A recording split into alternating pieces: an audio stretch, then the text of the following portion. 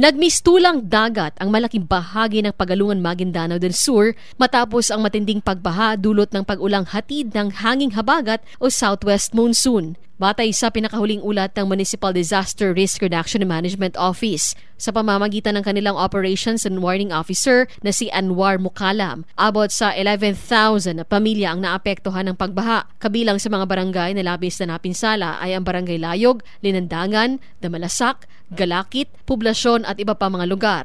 Nabatid na umapaw ang Pulangi River, bahagi ng Rio Grande de Mindanao na matatagpuan malapit sa lugar, kaya't pinaha ang maraming bahay pati na ang ilang pampubliko at pribadong paaralan. Sa ngayon, nagpapatuloy ang monitoring at validations ng Municipal Disaster Risk Reduction and Management Office at ng lokal na pamahalaan upang masuri ang lawak ng pinsala at makapaghatid ng agarang tulong sa mga nangangailangan.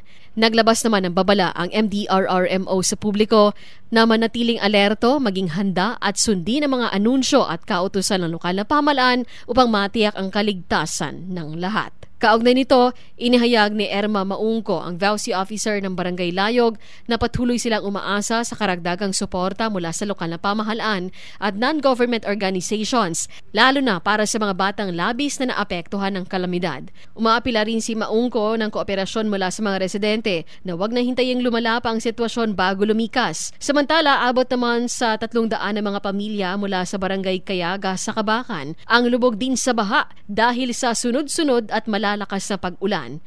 Cherry May Exim Tapia, NDBC Bida Balita.